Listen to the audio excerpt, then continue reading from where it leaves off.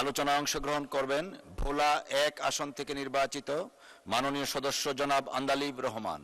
জনাব আন্দালিব রহমান, আপনার সময় 15 মিনিট। ধন্যবাদ। ধন্যবাদ মাননীয় স্পিকার। বিসমিল্লাহির রহমানির রহিম। সবাইকে আসসালামু আলাইকুম। প্রথমেই মাননীয় স্পিকার, আপনার মাধ্যমে আমি মাননীয় প্রধানমন্ত্রীকে অভিনন্দন এবং শুভেচ্ছা জানাই বাংলাদেশের এই সম্মান বয়ে আনার জন্য। I am sure by time আমরা জানতে পারবো পার্লামেন্টে কি কি চুক্তি হলো বা কি কি আলাপ হলো, এবং বিস্তারিতভাবে আমরা দেশবাসীও জানতে পারবে যে কি প্রোগ্রেস হলো এই দুই দেশে। মাননীয় স্পিকার, বাজেট নিয়ে তো অনেক কথা হলো, অনেক ফ্যাক্টস ফিগার্স নিয়ে কথা হলো, অনেক আর্গুমেন্ট হলো, স্পেকুলেশন হলো, ঠিক হবে কোনটা বাস্তবে হবে। আমি কিছু স্পেসিফিক ব্যাপারে যেতে চাই মাননীয় স্পিকার। আমি বাজেটে লক্ষ্য করলাম প্রায় 41 লক্ষ ফ্যামিলি কার্ড, কৃষক কার্ড, ডে কেয়ার, ফিজিক্যালি চ্যালেঞ্জদের জন্য ইকুইপমেন্ট আনার ট্যাক্স মওকুফ, স্টার্ট আপ সাপোর্ট, মশলা দাম কমানো, চিকিৎসা খাত বিশেষ করে ক্যান্সার, হার্ট, চোখের ব্যাপার, ওষুধ শিল্পকে কমিয়ে আনা। আই ওয়াজ ওয়ান্ডারিং যে এই বাজেটটা যখন মাননীয় অর্থমন্ত্রী লিখেছেন, তার সাথে অবশ্যই মাননীয় প্রধানমন্ত্রীর অ্যাডভাইস ছিল এবং যারা যারা ছিলেন তাদের মাইন্ডসেটটা কি ছিল। মাননীয় স্পিকার, আমি মাইন্ডসেটটা দেখতে পেয়েছি for the people, welfare of the state. আমি এই বাজেটের মধ্যে একটা মেসেজ দেখেছি, that we care and people matter. Now this is the difference between a dictator, একটা স্বৈরাচার, আর একটা জনগণের সঙ্গে। This is very important.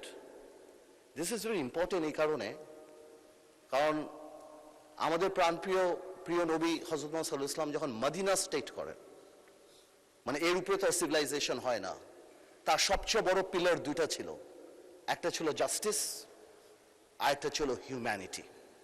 সেই হিউম্যানিটির মধ্যে রুল অফ ল ছিল। অবশ্যই আলহামদুলিল্লাহ অত বড় নেতা, পৃথিবীর সবচেয়ে বিশ্ব মহামানব উনি, ওনার মতো রুল অফ ল তার পৃথিবীর কোনো দেশে আসবে না, সেখানে অবশ্যই আমাদের ঘাটতি আছে। কিন্তু এই যে ইন্টেনশনটা, এই যে জাস্টিসের ইন্টেনশন, এতিমদের জন্য, মহিলাদের জন্য, ডিস্ট্রেসড মানুষের জন্য, ফিজিক্যালি চ্যালেঞ্জ মানুষের জন্য, এই যে চিন্তাটা ইনশাল্লাহ আল্লাহ জানি আমাদের এখানে এই বরকতটা নিয়ে আসে। আমি এটাই চিন্তা করি, আমি এটাকেই রেসপেক্ট করি। মাননীয় স্পিকার, এই জিনিসটা অনেক বেশি ইম্পর্টেন্ট, কারণ আপনার যখন এই গুড ইন্টেনশন থাকে, যেমন সেই সময় মদিনা স্টেট, তারপর 700 ইয়ার্স সারা পৃথিবী রুল করেছেন, এবং যেইভাবে মেরিটোক্রেসি উপরে চলে আসছে, সেই সময় পৃথিবীর সবচেয়ে বড় বড় সায়েন্টিস্ট আমাদের মুসলিম বিশ্ব থেকে আসছিল। এবার আমরা এই বাজেটে এরকম প্রভিশনও আমাদের রাখা উচিত, যাতে মেরিটোক্রেসি অটোমেটিক উপরে আসতে পারে। আজকে বাংলাদেশে একটা ছোট্ট এক্সাম্পল দেই, মেবি ট্রিভিয়াল, কিন্তু আজকে যারা ইয়াং জেনারেশন বা আপনারা যারা ক্রিকেট খেলা দেখেন, দেখবেন একটা নতুন ছেলে আসছে নাহিদ রানা নামে। এই ছেলেটা আজকে পৃথিবীর সবচেয়ে ফাস্টেস্ট বলার।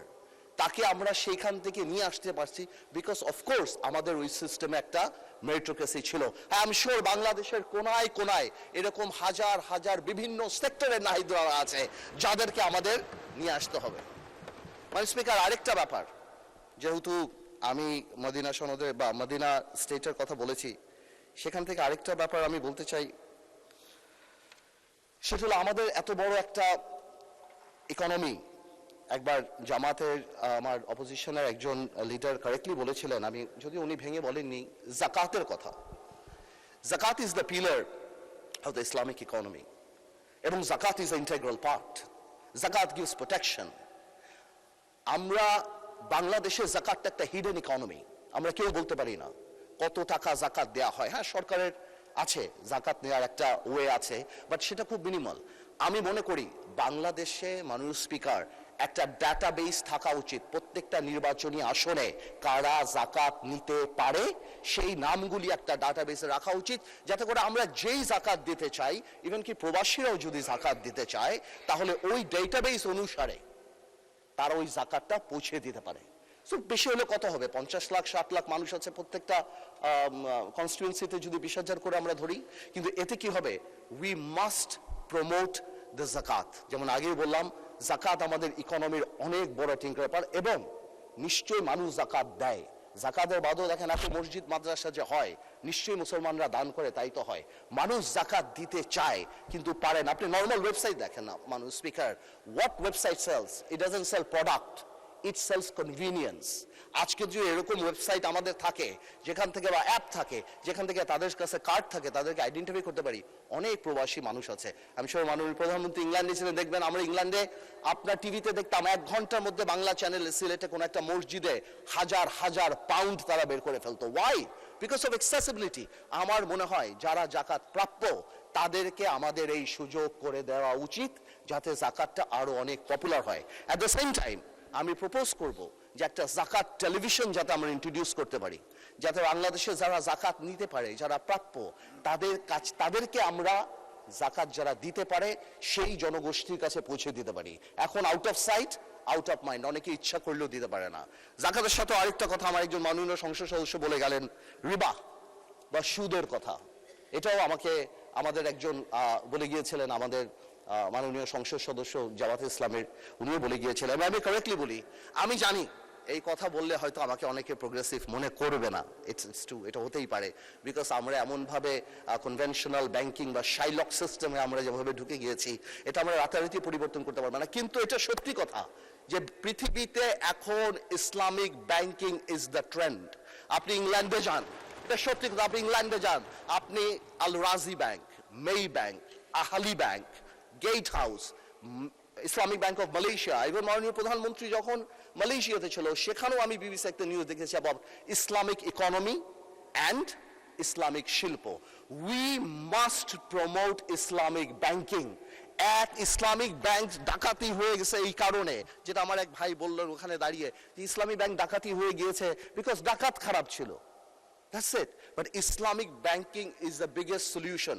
সারা পৃথিবী ইসলামিক ব্যাংকিং এর দিকে যাচ্ছে এবং সরকারের তরফ থেকে আমাদের এই ইসলামিক ব্যাংককে প্রমোট করা উচিত। বিকজ কেন? বিকজ আমরা ডিভাইন ব্লেসিং এ বিশ্বাস করি। আমরা বিশ্বাস করি ইসলামিক ব্যাংকিং যত প্রমোটেড হবে বাংলাদেশে, ইসলামী হবে, আল্লাহ তাআলার সেই রহমত, ডিভাইস ব্লেসিং আমাদের উপরে আসবে। এবং ইনশাল্লাহ আমার এক ভাই বলেছিলেন বেশ কিছুদিন আগে, আমি নাম বলবো না, উনি বলেছিলেন যে আমরা সিঙ্গাপুর বা কোরিয়া বা সোল হতে হবে। আপনারা যদি সুইসাইড রেট দেখেন তাহলে আপনারা অবাক হয়ে যাবেন যে পৃথিবীর 2nd বা 3rd সুইসাইড রেট সবচেয়ে বেশি হলো কোরিয়াতে। সো আমরা ডেভেলপমেন্টের সাথে শান্তি চাই, আমরা ডেভেলপমেন্টের সাথে ডিভাইন ব্লেসিং চাই, আমরা ডেভেলপমেন্টের সাথে আল্লাহ তাআলার রহমত চাই, যাতে আমরা শান্তিতে থাকতে পারি বাংলাদেশে। মাননীয় স্পিকার, একটা কথা তো রাইটলি চলে আসে, যেই কথাটা বারবার বলে, স্পেশালি আমাদের অপোজিশন থেকে বলা হয় বাজেট নিয়ে, যে এই বাজেট কি আমরা রিকভার করতে পারবো কি পারবো না, বা আমরা কি যেই পরিমাণ অর্থ আমাদের recover, because NBR doesn't have a good track record. এটা একদম দিবালোকের মতো সত্য। আমার দাঁড়িয়ে বললে তো হবে না যে না আমরা এটা করতে পারবো, এনবিআর ট্র্যাক রেকর্ড ভালো না। কিন্তু এটা মানতে হবে, এনবিআর এর ট্র্যাক রেকর্ড কবে ভালো না? এনবিআর এর ট্র্যাক রেকর্ড তখন ভালো না যেই 17 বছর there was state patronized corruption in this country, তখন এনবিআর রেকর্ড ভালো না। যখন এই বাংলাদেশে বাজেটই করা হতো, সেই দরবেশ লোটাস কামালের একটা গ্রুপ মিলে যাদের কাজই ছিল কিভাবে আমরা বাংলাদেশকে লুট করব, এবং যেহেতু তাদের লুটের প্রসেসটা যাতে খুব সিম্পল হয়, যে পাইপলাইনটা এনবিআর এর ডিরেক্টর থেকে আরম্ভ করে যে প্রসেসটা, তারা সবাইকে করাপ্টেড করত। আর জনগণকে কি দেখানো হতো? জনগণের দেখা হতো পদ্মা সেতু, 20,000 কোটি টাকার সেতু, যেটা 40,000 কোটি টাকা দিয়ে বানিয়ে একটা সিম্বল অফ অ্যারোগেন্স। ঠিক যেমন মমতাজ আর তাজমহল অনেকে বলে সিম্বল অফ লাভ, আমিও সেটাকে বলতাম শাহজাহান সাহেবের সিম্বল অফ অ্যারোগেন্স, যে কারণে সেই সময় সব ধ্বংস মানুষের হাত কেটে দেওয়া হতো, কিন্তু উনি ওটা নিয়ে ব্যস্ত ছিল। সো আমি মনে করি যে এই সরকার, যে আগের যে সরকার ছিল তার সাথে যখন আমরা তো স্বাভাবিকভাবে আওয়ামী লীগ সরকারের সাথে কম্পেয়ার করব, কারণ তারাই আমাদের আগের সরকার, তো সেই সরকারের যে সিস্টেম আর আজকের যে সিস্টেম, হ্যাঁ বিরোধী দলের অনেক কথা রয়েছে যে হয় খুন আছে, ধর্ষণ আছে, কিন্তু একটা কথা বলি, আপনারা গত 4 মাসের কোন পত্রিকা খুলে একটা ব্যাংক লুটের খবর আপনারা দেখাতে পারবেন না। গত 4 মাসে আপনারা কোনো ধরনের পলিটিক্যালি প্যাট্রোনাইজ, আপনি যদি লাইব্রেরিতে যেয়ে শুধুমাত্র আওয়ামী লীগের প্রথম 6-7 মাসে দেখেন, অতদিনেই কিন্তু বেসিক ব্যাংক খাওয়া ওই বাচ্চু সাহেব আরম্ভ করে দিয়েছিল সেপ্টেম্বর মাসে। তো সুতরাং হ্যাঁ, বেনিফিট অফ দ্য ডাউট আমাদেরকে দেন ইনশাল্লাহ। যেহেতু আমাদের নিয়ত ভালো, যেহেতু আমরা একটা ওয়েলফেয়ার স্টেট করার চেষ্টা করছি, সেহেতু ইনশাল্লাহ আপনারা যদি সবাই একসাথে থাকেন, আমরা তো সবাই আওয়ামী লীগের সাথে যুদ্ধ করে পর্যন্ত আসছি, let's not do politics with budget. আমরা বাজেটটাকে ন্যাশনাল ইস্যু বানিয়ে সবাই চেষ্টা করি যে সামনে আমরা কত দূর পর্যন্ত নিয়ে যেতে পারবো। মাননীয় স্পিকার, আমি আমার এলাকা নিয়ে কিছু কথা বলি, ভেরি ইম্পর্টেন্ট, ভোলা নিয়ে কথা বলা। মাননীয় স্পিকার, হাফিজ সাহেব থাকলে রিলেট করতো, উনি ভোলার মানুষ। মাননীয় স্পিকার, একটা বাড়ি, সরি হাফিজ সাহেবকে, সরি স্পিকার সাহেব, Thank you. So sorry, so sorry. আমি শিওর আপনি চিনেন ওনাকে, বাট আমার বলাটা ভুল হয়েছে। Understand, we are member of parliament, thank you. আচ্ছা, আমি বলতে চাচ্ছিলাম একটা বাড়িতে যদি 3টা বাচ্চা কাচ্চা থাকে বা 3জন বাচ্চা থাকে, 3জন সন্তান থাকে, আর একজন সন্তান যদি অঙ্কে ভালো হয়, বাবা মা তার জন্য একটা এক্সট্রা টিচার দেয়।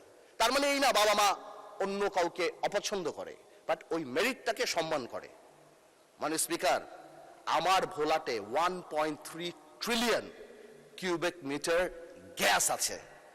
আমাকে একটু অঙ্কের টিচারের মতো আলাদা করে দেখা উচিত, because I am intelligent and I have the capacity to become a doctor or engineer in future. আমি গ্যাসে পরিপূর্ণ, আপনি আমাকে ভ্যালু করেন। আজকে ভোলা ব্রিজ, আজকে আমি মন্ত্রীদের পিছে পিছে ঘুরি, কাউকে বলে আমাকে একটা এয়ারপোর্ট দেন, কাউকে বলে আমি একটা তেল দেয়, কাউকে বলি আমাকে একটু এয়ারপোর্ট করে দেন, আমাকে একটা বিশ্ববিদ্যালয়, এবং আমার ভোলা ব্রিজ সেতু। অনেকেই এটা কনফিউশন যে এই বাজেটের মধ্যে কেন ভোলা বরিশাল সেতুর কথা আসলো না। আমি মনে হয় কয়েকবার আমার সেতু মন্ত্রী সাহেবকে ফোন করেছি, জানতে চেষ্টা করেছি, উনি আমাকে আশ্বস্ত করেছে ডিপিপি অনুমোদন হবে, তারপর G2G অথবা পিপি আদল হবে। এবার এটা কবে হবে আমি জানতে চাচ্ছি। এয়ারপোর্ট আমি ভোলাবাসীর জন্য ঢাকা আসার জন্য চাচ্ছি না, বিকজ ওয়ান্স এই ইনফ্রাস্ট্রাকচার, যে নদী ভাঙানোর জন্য আমাদের আলী সাহেবের পিছে ঘুরি, মন্ত্রীদের আমার পিছে ঘোরা উচিত। I am sitting on a gold mine, 1.3 trillion cubic metre, মন্ত্রী আমার পিছে পিছে ঘুরবে। পার্থ ভাই, ভোলার মানুষের ঘুম ভাঙবে হেলিকপ্টারের আওয়াজে, বিলিয়নিয়ার আসবে ভোলাতে। আমি ভোলাকে তো সেভাবে চাই, Bhola must be the workshop of Bangladesh, Bhola must be the Tamil Nadu of India, Bhola must be the shows of China, Bhola মানুষ the Selangor of Penang of Malaysia. আপনারা ভোলাকে আলাদা ভোলা ডেভেলপমেন্ট কমিটি করেন। আমার হাসপাতালের জন্য ভোলার জন্য ঘুরতে হচ্ছে, আমার একটা এয়ারপোর্ট তো সম্ভবই না, আমার বলে দিচ্ছে টাকা পয়সা নাই, এয়ার স্ট্রিপ যদি। আমি কেন চাচ্ছি, যাতে একটা বিদেশি যখন ইনভেস্ট করতে আসে তখন সেই ইনফ্রাস্ট্রাকচারের কথা জিজ্ঞেস করে। আমি ভোলা আর ঢাকায় আসার জন্য প্লেন চাই না, আমি এই জন্য চাচ্ছি তারা জিজ্ঞেস করে হসপিটালের কি অবস্থা, ইনফ্রাস্ট্রাকচারের অবস্থা, রাস্তাঘাটের কি অবস্থা, স্কুল কলেজের কি অবস্থা, সব ভোলা ব্রিজের কি অবস্থা। এই যে ভোলা ব্রিজ সেতু, আমাদের সেতুটা, এটা কবে হবে বাজেটে কেন না? আমি মাননীয় অর্থমন্ত্রীকে রিকোয়েস্ট করবো, আপনি একটু ভেঙে বলে দিবেন যে কেন নাই, কি হতে পারে, কবে হতে পারে, আপনার স্পিচ যখন হবে। তো এই পুরো জিনিসটা আমাদের মাথায় রাখতে হবে যে ভোলাকে আপনারা ইউজ করেন। Bhola could be the heart, Bhola could be the মানে heart of the economy of the country. আর এই কারণে আমাদের ইনফ্রাস্ট্রাকচার ডেভেলপমেন্ট অনেক দরকার। আমি মাননীয় প্রধানমন্ত্রীর দৃষ্টি আকর্ষণ করব যে ভোলা ডেভেলপমেন্ট কমিটি নামে একটা কমিটি যদি করে, ভোলাকে আলাদা বরাদ্দ বা ভোলার আলাদা জিনিসগুলো, এবং আমাকে যদি, যেহেতু আমি সরকারের পার্ট না, আমি কোনো মন্ত্রী না বা আমার কোনো এক্সিকিউটিভ পাওয়ার নাই, আমাকে এরকম একটা অ্যাক্সেসিবিলিটি করে দেওয়া যাতে আমি আমার কাজগুলি খুব তাড়াতাড়ি বের করে নিয়ে আসতে পারি। মাননীয় স্পিকার, আমি আর বেশি সময় নেব না, আমি আবার সরকারকে এবং বিশেষ করে মাননীয় প্রধানমন্ত্রীকে ধন্যবাদ জানাই এবং আমি কংগ্রাচুলেট করি। এবং আমরা দেশবাসী এবং আমরা সবাই বসে আছি যে এই চুক্তির ডিটেলসগুলি আমরা ইনশাল্লাহ কবে জানবো, যাতে করে আমরা ডিটেলস আলাপ করতে পারবো। আপনাদের সবাইকে ধন্যবাদ।